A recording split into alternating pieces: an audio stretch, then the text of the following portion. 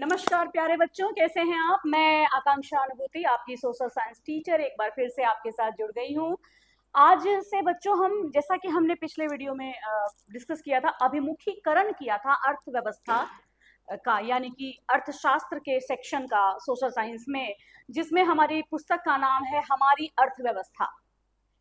इसके पहले अध्याय को आज हम शुरू करेंगे।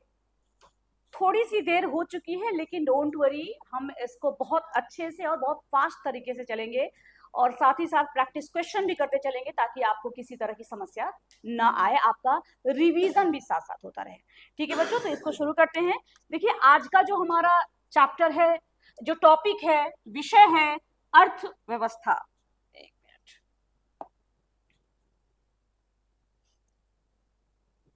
अर्थव्यवस्था, जिसमें कौन सा अध्याय हम शुरू कर रहे हैं? अध्याय 1, जिसका नाम है अर्थव्यवस्था एवं इसके विकास का इतिहास। बच्चों, अभिमुखीकरण के लेक्चर में हम इसके जो मेन टॉपिक्स हमारे सामने आएंगे इस चैप्टर में, जिन विषय में पढ़ना है, जिन चीजों को ज्यादा ध्यान देना है, इसके विषय में हम जान चुके हैं। तो ज्यादा चर्चा न करते हुए सीधे चैप्टर को शुरू करते हैं। ये फिर से बता दूं, कक्षा 10वीं का लेक्चर है ये, जो कि बिहार बोर्ड परीक्षा वाले बच्चों के लिए है, विशेष रूप से बीएसईबी के लिए। और एससीईआरटी की जो किताब है हमारी अर्थव्यवस्था, उसको हम पढ़ रहे हैं। पहला चैप्टर है अर्थव्यवस्था एवं इसके विकास का इतिहास।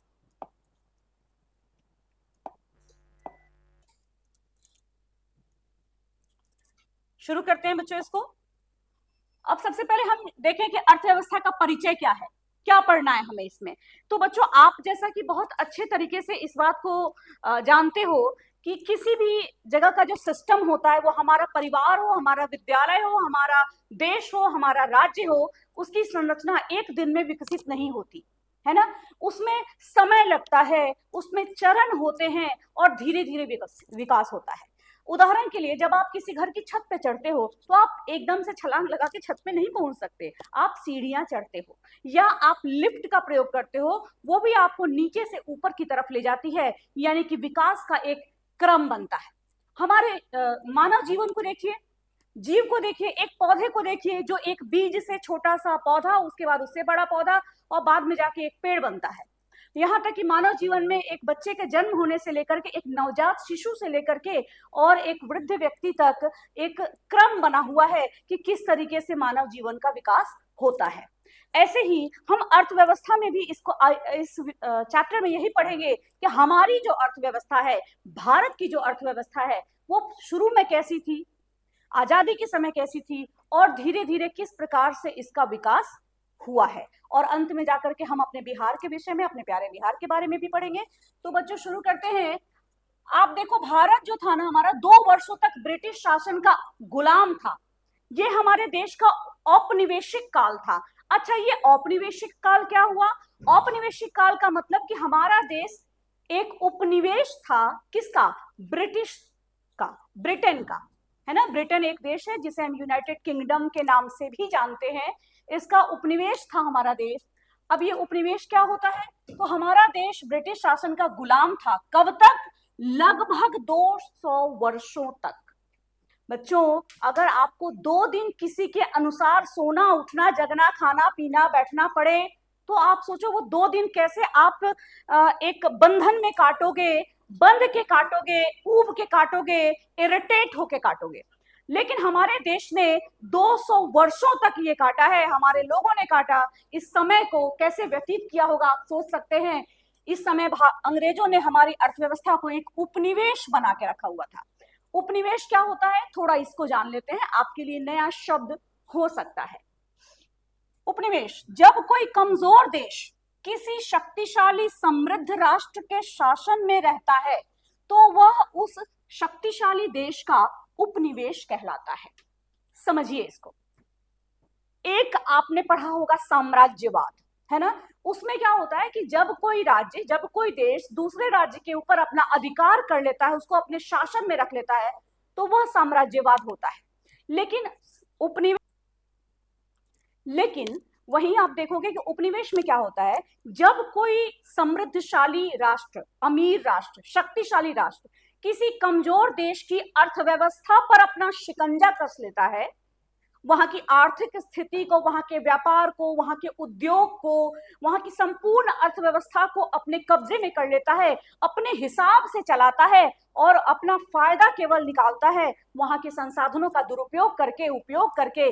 तो ऐसे में हम इसे उपनिवेशवाद कहते हैं और वह कमजोर देश उस शक्तिशाली देश का उपनिवेश बन जाता है। यही कहानी हमारे देश की रही है।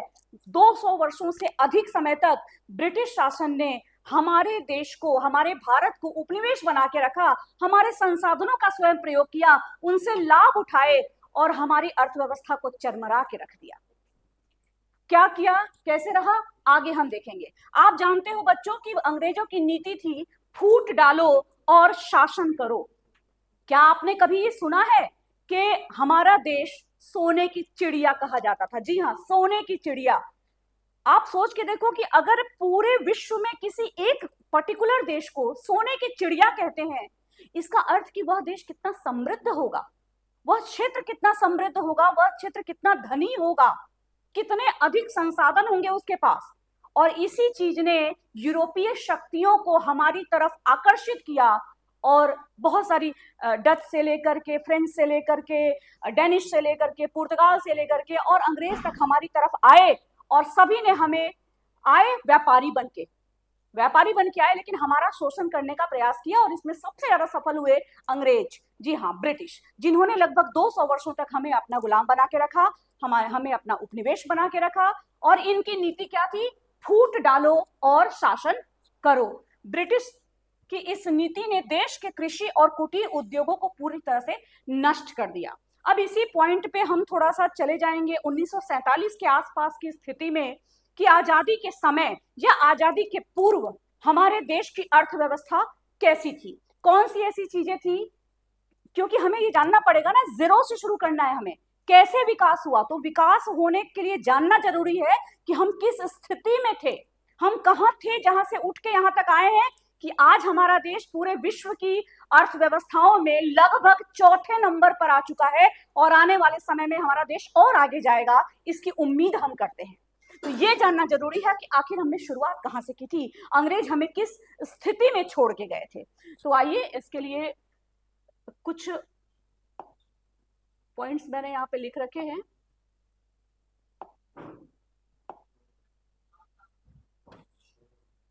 ये रहे, आजादी के समय भारत की अर्थव्यवस्था कैसी थी।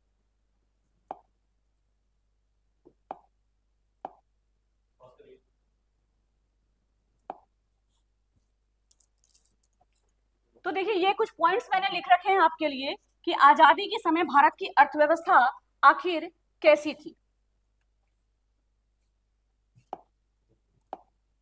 चलिए इस पे आते हैं।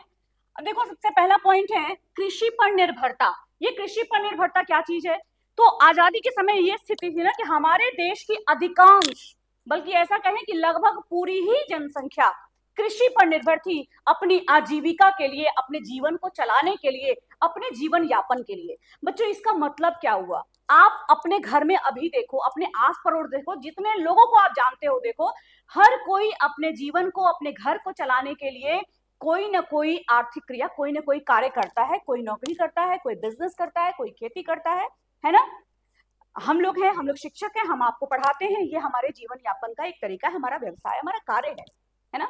तो इसी तरह से उस समय की जो हमारी जनसंख्या थी, उसके पास जो मूल चीज थी जिसपे वो निर्भर थी, वह थी कृषि। अब उस समय की कृषि भी आज के जैसी नहीं थी। उस समय की कृषि पुराने तरीकों से, परंपरागत तरीकों से होती थी।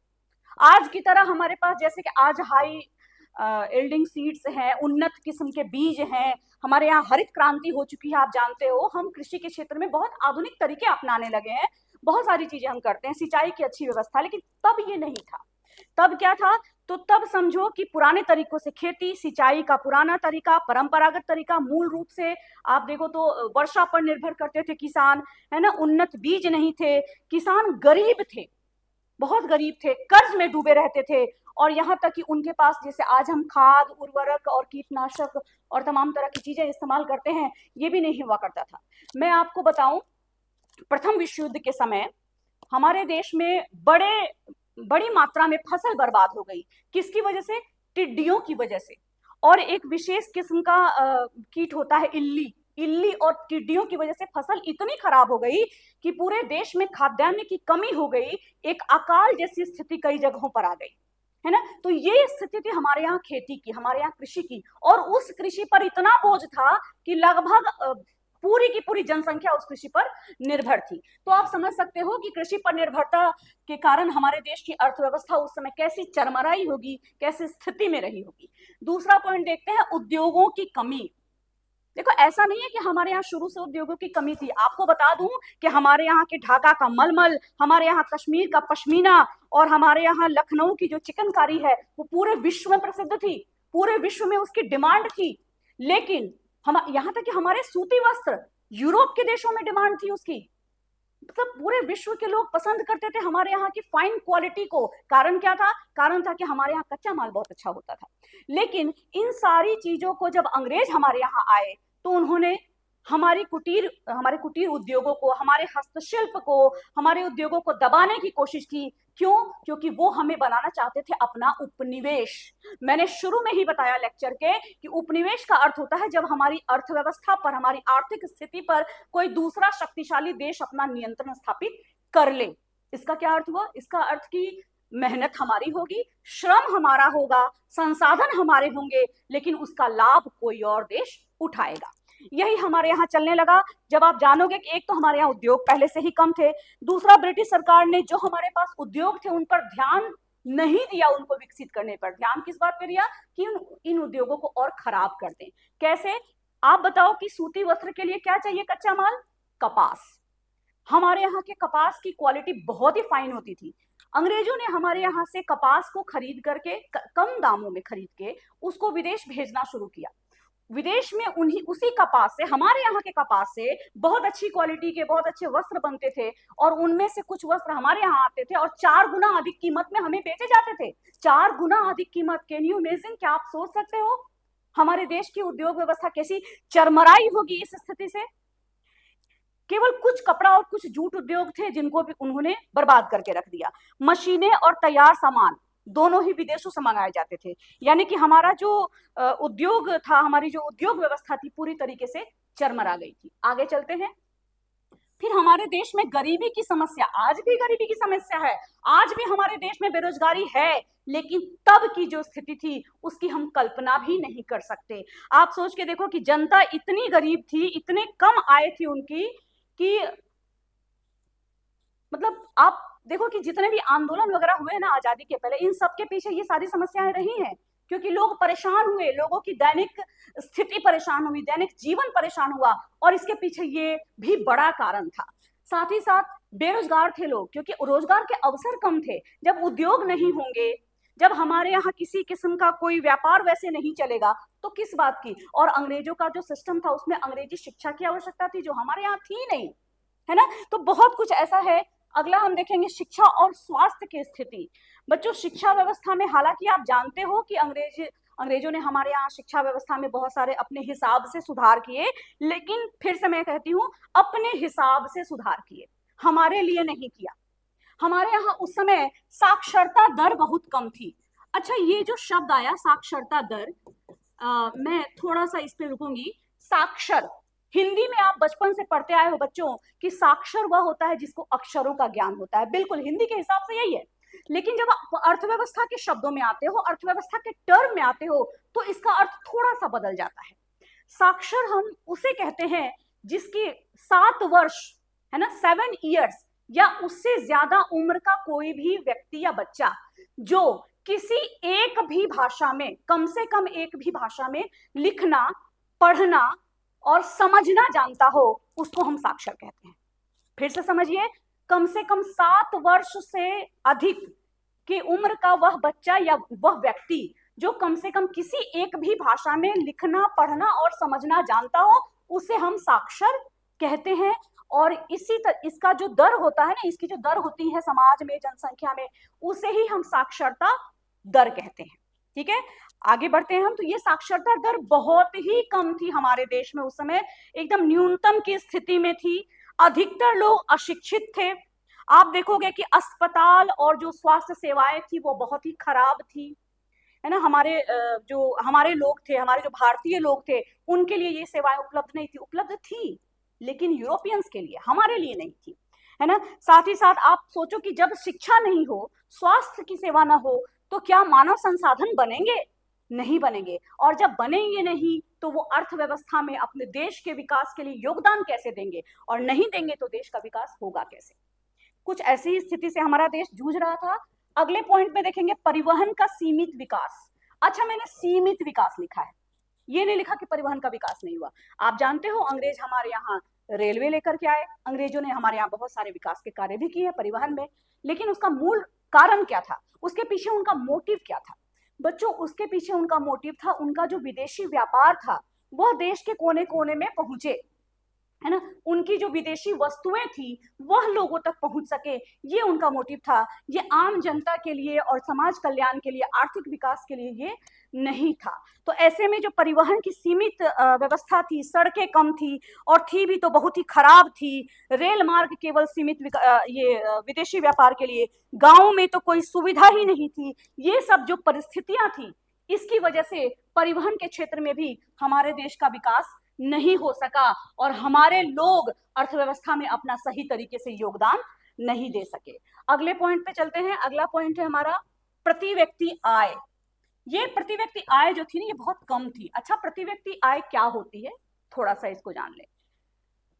हमारे देश की जो औसत आय होती है उसे हम प्रति व्यक्ति आय कहते हैं। ऐसे समझिए, अगर किसी देश के सभी लोगों की आय जोड़ दी जाए और उसको भाग दिया जाए कुल जनसंख्या से, तो जो राशि प्राप्त होगी उसे ही हम प्रति व्यक्ति आय कहते हैं।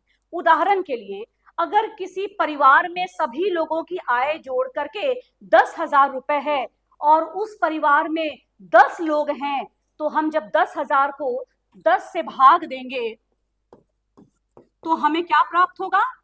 निश्चित रूप से 1,000 रुपए। यानी यहां प्रति व्यक्ति आय उस परिवार में क्या हो जाएगी? 1,000। तो इसके बारे में इस चैप्टर में और डिटेल में पढ़ेंगे हम। अभी मैं बस आपको इतना बता दूं कि हमारे देश में प्रति व्यक्ति आय उस समय बहुत ही कम थी। 1867 से 1868 के बीच में दादा भाई नौरोजी जो थे, उन्होंने एक सर्वेक्षण किया था जिसमें उन्होंने बताया था कि हमारे देश में प्रति व्यक्ति आय वार्षिक रूप से 20 रुपए है लगभग। ठीक है, तो आप समझ सकते हो कि वार्षिक आय यानी पूरे साल में 20 रुपए कमाता है इंसान, तो क्या स्थिति रही होगी इसका अंदाजा आप लगा सकते हैं। इसके कारण जीवन स्तर कैसा रहा होगा, कैसे जीते होंगे लोग। आज आप गर्मी में पंखा चला सकते हो, आज आप एसी चला सकते हो, आज आप ठंडा पानी पी सकते हो, लेकिन उस समय क्या स्थिति रही होगी। आज आपके घर में कोई पार्टी पड़ती है, कोई शादी ब्याह पड़ता है, आप नया कपड़ा खरीद सकते हो, त्योहार में मना सकते हो, लेकिन जिस समय की बात हम कर रहे हैं बच्चों, उस समय ये सब करना सोचने में भी संभव नहीं था लोगों के लिए। आगे चलते हैं। और अगला है कि विदेशी व्यापार पर नियंत्रण। अब देखो, जो विदेशी व्यापार पर नियंत्रण की बात अगर हम करें तो हमारा जो भी विदेशी व्यापार था, यानी विदेशों के साथ जो व्यापार होता था, वो मूल रूप से पूरे तरीके से देखोगे तो अंग्रेजों के हाथ में था। भारत से कच्चा माल लेकर विदेशों को भेजा जाना, विदेशों से तैयार माल ला करके और दुगने तिगुने चौगुने दामों पर हमारे देश के लोगों को बेचना। इसके साथ ही साथ जो तैयार वस्तुएं होती थी ना, यानी कि जो हमारे उपयोग के लिए, अब जैसे हम कपड़ा पहनते हैं, कपास से कपड़ा बनता है, कपास से धागा बनेगा, धागे से कपड़ा बनेगा, लेकिन हम कपास को पहनने के लिए इस्तेमाल नहीं कर सकते, हम धागे को पहनने के लिए इस्तेमाल नहीं कर सकते, हम क्या पहनेंगे? कपड़ा पहनेंगे। तो हमारे लिए तैयार वस्तु क्या है? कपड़ा। अब ये जो तैयार वस्तु है ये आती थी इंग्लैंड से, और जो कपास है वो बनाते थे हम, वो उगाते थे हम। तो हमारे व्यापार को भी पूरे तरीके से निचोड़ के विदेशी व्यापार में कन्वर्ट करके उस पर अपना नियंत्रण स्थापित कर लिया था। किसने? अंग्रेजों ने। ठीक है, और इसमें अंतिम पॉइंट में अगर हम आए तो विभाजन का प्रभाव। आप जानते हो बच्चों कि 1947 में हमारा देश आजाद हुआ, और आजादी से ठीक एक दिन पहले यानी 14 अगस्त 1947 को हमारे देश का एक टुकड़ा अलग होकर के एक दूसरा देश बना, जो आज के देश में हमारा पड़ोसी देश है, जिसे हम पाकिस्तान के नाम से जानते हैं। इस कोई बताने की बात नहीं, आप सभी इसको बहुत अच्छे तरीके से जानते हैं। तो ये जो विभाजन का उस समय जो ये विभाजन हुआ ना, इसका बहुत ज्यादा प्रभाव पड़ा, आर्थिक प्रभाव बहुत पड़ा। क्या आर्थिक प्रभाव पड़ा, इसको समझिए। तो उस समय हमारे देश में जो उद्योग थे, वो उद्योग का जो स्थान था वह रह गया हमारे देश में। और उस उद्योग के लिए जो कच्चा माल उत्पादन होता था, आप जानते हो उद्योग में क्या होता है, हम किसी कच्चे माल को तैयार वस्तु में परिणत करते हैं, चेंज करते हैं। जैसे आप गन्ने से चीनी बनाते हो, जैसे आप कपास से कपड़ा या धागा बनाते हो, है ना। तो कच्चा माल जो था, कच्चा माल उत्पादन का क्षेत्र, वो चला गया पाकिस्तान में और उद्योग रह गए हमारे पास। तो जब हमारे पास कच्चा माल ही नहीं होगा तो उद्योग कैसे चलेगा? पहली ये प्रॉब्लम हुई। दूसरी दिक्कत आप देखोगे कि गेहूं और कपास के जो सबसे ज्यादा उत्पादक क्षेत्र थे उस समय के, बहुत ज्यादा उत्पादन होता था, वह क्षेत्र चला गया पाकिस्तान में। तो इस तरह हम देखेंगे कि जो हमारा विभाजन हुआ ना, इसके कारण हमारे देश पे बहुत ज्यादा प्रभाव पड़ा। साथ ही साथ विभाजन के बाद कई सारे ऐसे लोग थे जो पाकिस्तान के उस क्षेत्र से, जो उस समय वहां रहते थे, वहां से हमारे यहाँ आ गए। अब उनको कहाँ रखा जाए, उनकी व्यवस्था कहाँ की जाए, उनके जीवन यापन के लिए, उनके विकास के लिए कैसे सोचा जाए, ये समस्या आई। परिवहन की समस्या आई, उनके आवासन की समस्या आई। तो ये सारी ऐसी सिचुएशंस थी बच्चों, जिसकी वजह से हमारे देश की जो अर्थव्यवस्था थी आजादी के समय, वो पूरे तरीके से चरमराई हुई थी। और जो देश सोने की चिड़िया कहा जाता था, उसमें से सोना पूरी तरह गायब हो चुका था, यानी कि उसमें समृद्धि नहीं रह गई थी। निचोड़ के छोड़ के गए थे हमें अंग्रेज। और अब हम जानेंगे कि कैसे हमने जीरो से शुरुआत की और जीरो से शुरुआत करके आज हम शिखर की तरफ बढ़ रहे हैं। आगे देखते हैं।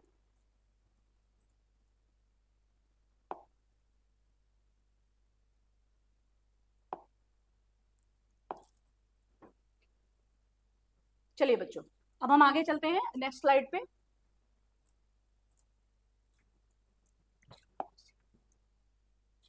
यस, ये हमारी नेक्स्ट स्लाइड आ गई।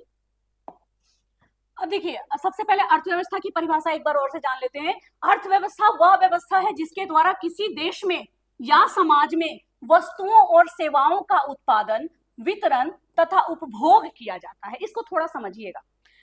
अर्थव्यवस्था, अर्थ माने धन, अर्थ का मतलब धन, पैसा, संसाधन, और व्यवस्था उसका सिस्टम। तो हम अर्थ को यानी धन को कैसे कमा रहे हैं, कहां से कमा रहे हैं, कैसी एक्टिविटी करके कमा रहे हैं, कहां खर्च कर रहे हैं, कि किन चीजों में खर्च कर रहे हैं, इस पूरे को हम पढ़ते हैं।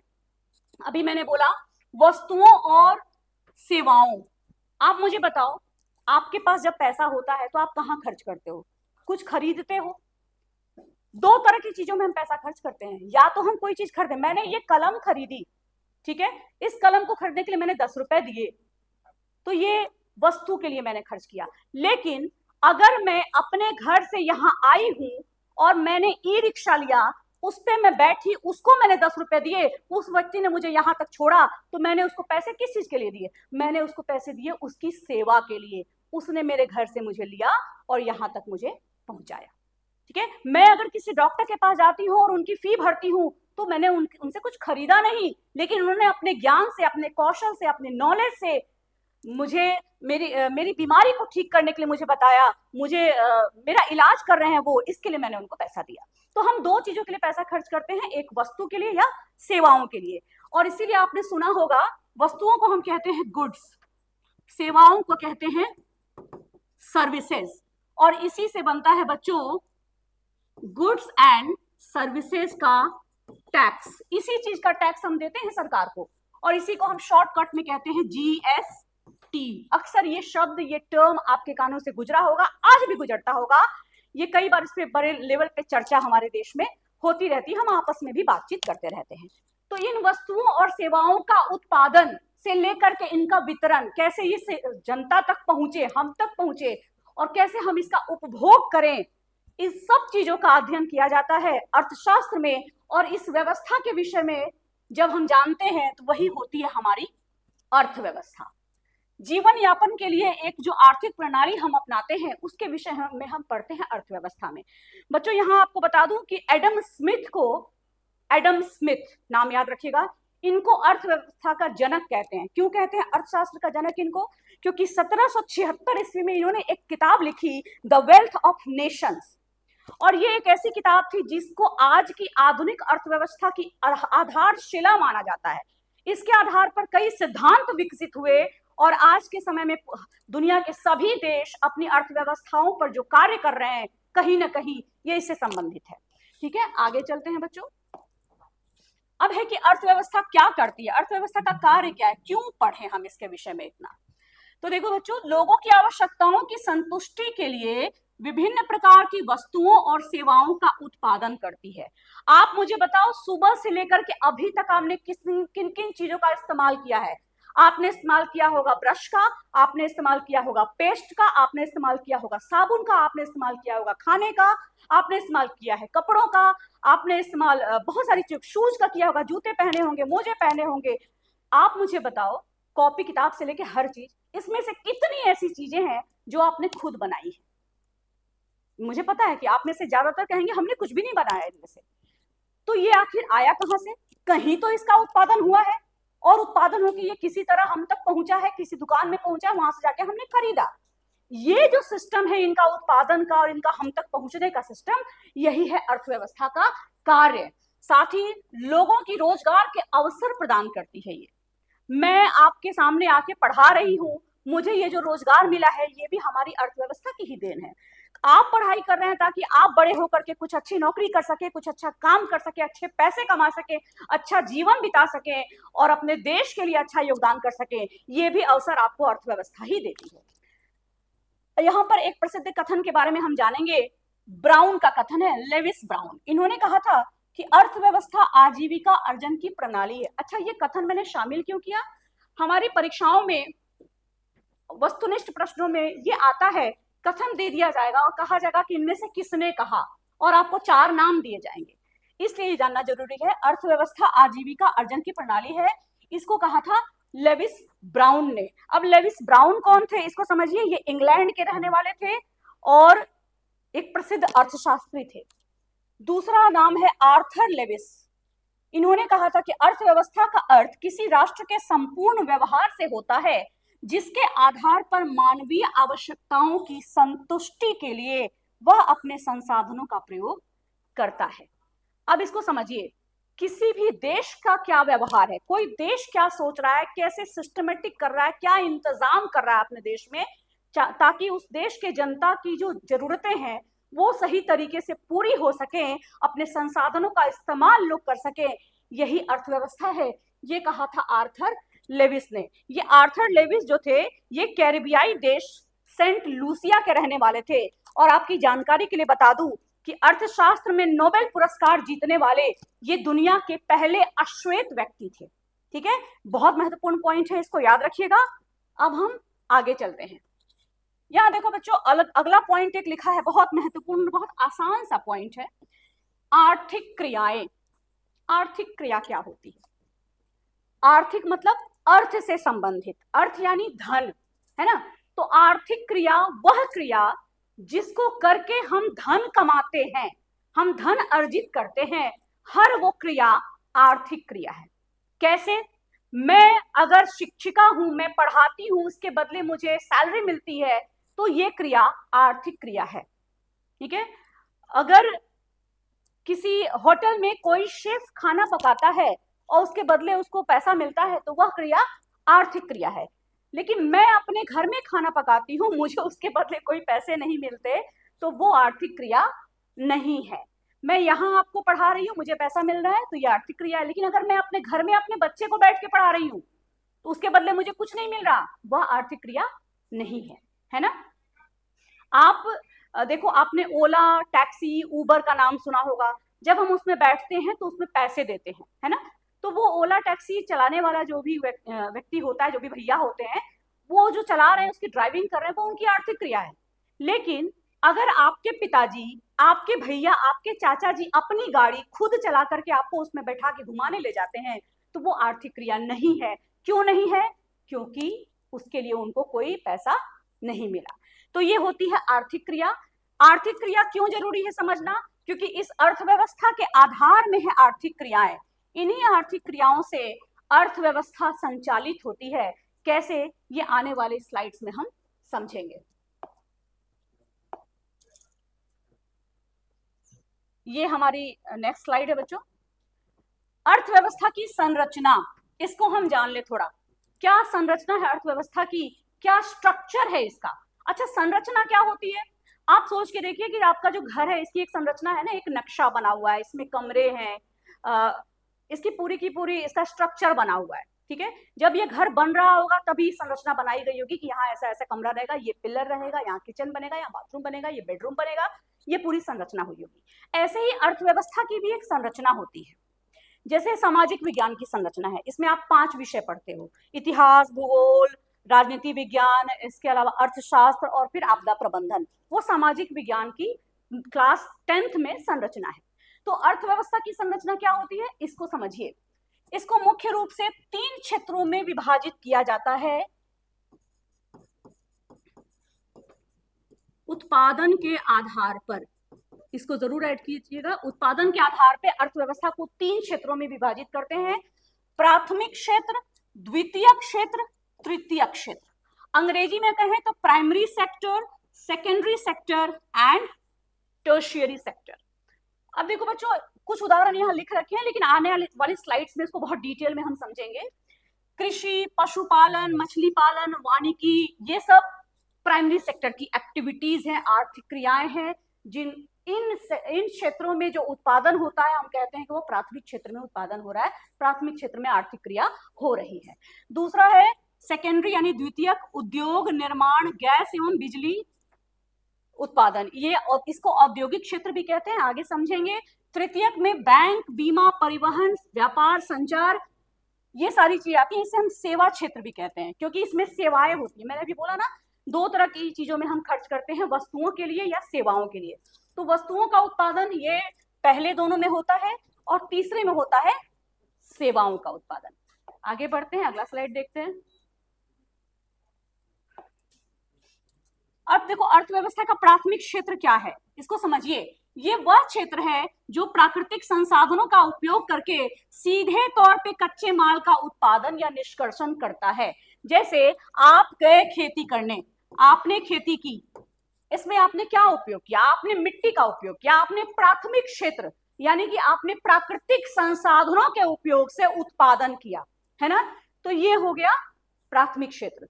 वो कृषि में कुछ भी हो सकता है, आप जानते हैं कृषि के बहुत सारे प्रकार हैं। कृषि में आपका पशुपालन भी उसमें आ जाएगा, उसमें मछली पालन भी आता है, उसमें मधुमक्खी पालन भी, ये सारे कृषि के ही अलग अलग प्रकार हैं। क्लास 8 में या 7 में आपने इसके विषय में पढ़ा होगा, है ना।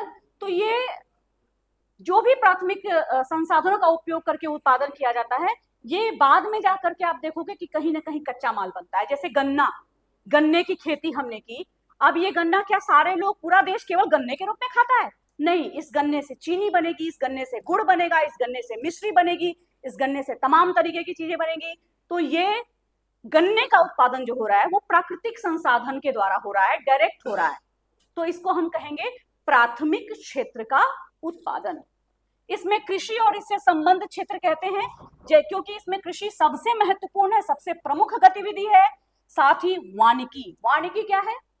प्लांटेशन, वृक्षारोपण, है ना। जो जंगल है, जो वन है, जो पौधारोपण हो रहा है, उनसे संबंधित जो भी गतिविधियां होती हैं उसको वानिकी कहेंगे।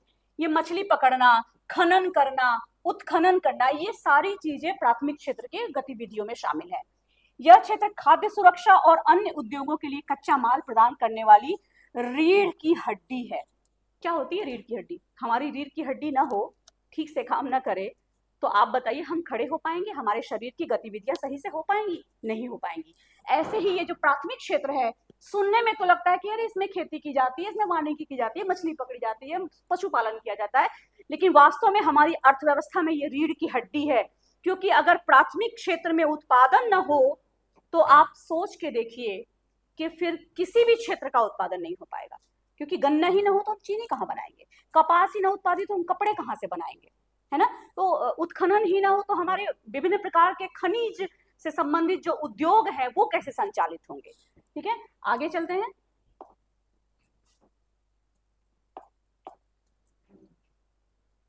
दूसरा हमारा जो इसके मुख्य विशेषताओं को थोड़ा देख लें।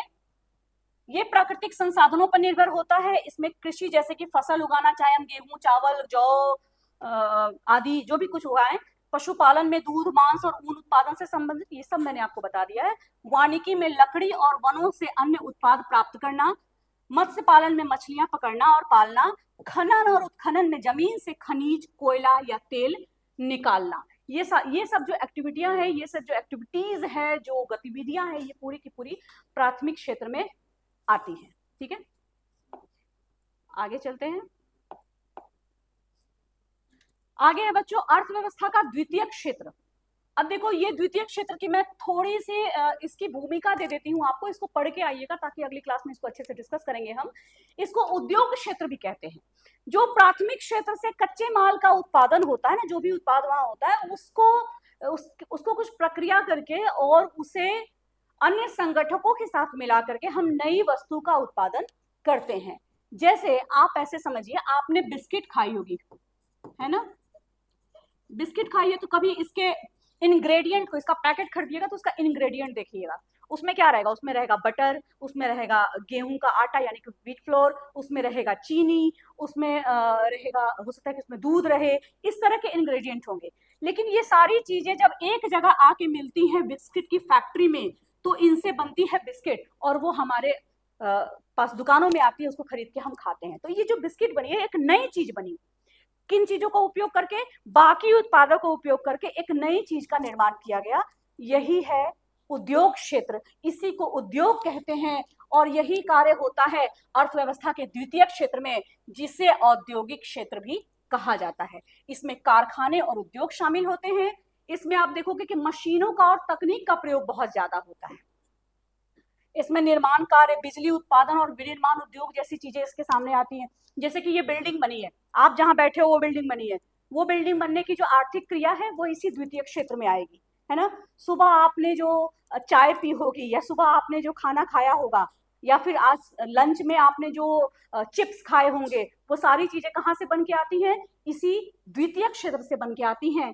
कपड़ा उद्योग से लेके लोहा इस्पात उद्योग, चीनी उद्योग, ये सब इसी में आते हैं और रोजगार और राष्ट्रीय आय बढ़ाने में महत्वपूर्ण भूमिका निभाता है। इस पॉइंट को हम अगले लेक्चर में डिस्कस करेंगे, क्योंकि एक लाइन में ये खत्म होने वाला नहीं है, बहुत डीप चीज है और बहुत महत्वपूर्ण चीज है ये। ठीक है, इसके साथ ही बच्चों मैं आपसे विदा लेती हूँ और उम्मीद करती हूँ कि इसको पढ़ के आओगे, 2-3 बार देखोगे, अच्छे से क्लियर होंगे कॉन्सेप्ट आपके, और अगली क्लास में हम और एनर्जी के साथ और बेहतर तरीके से पढ़ेंगे। तो पढ़ते रहिए, बढ़ते रहिए। Thank you.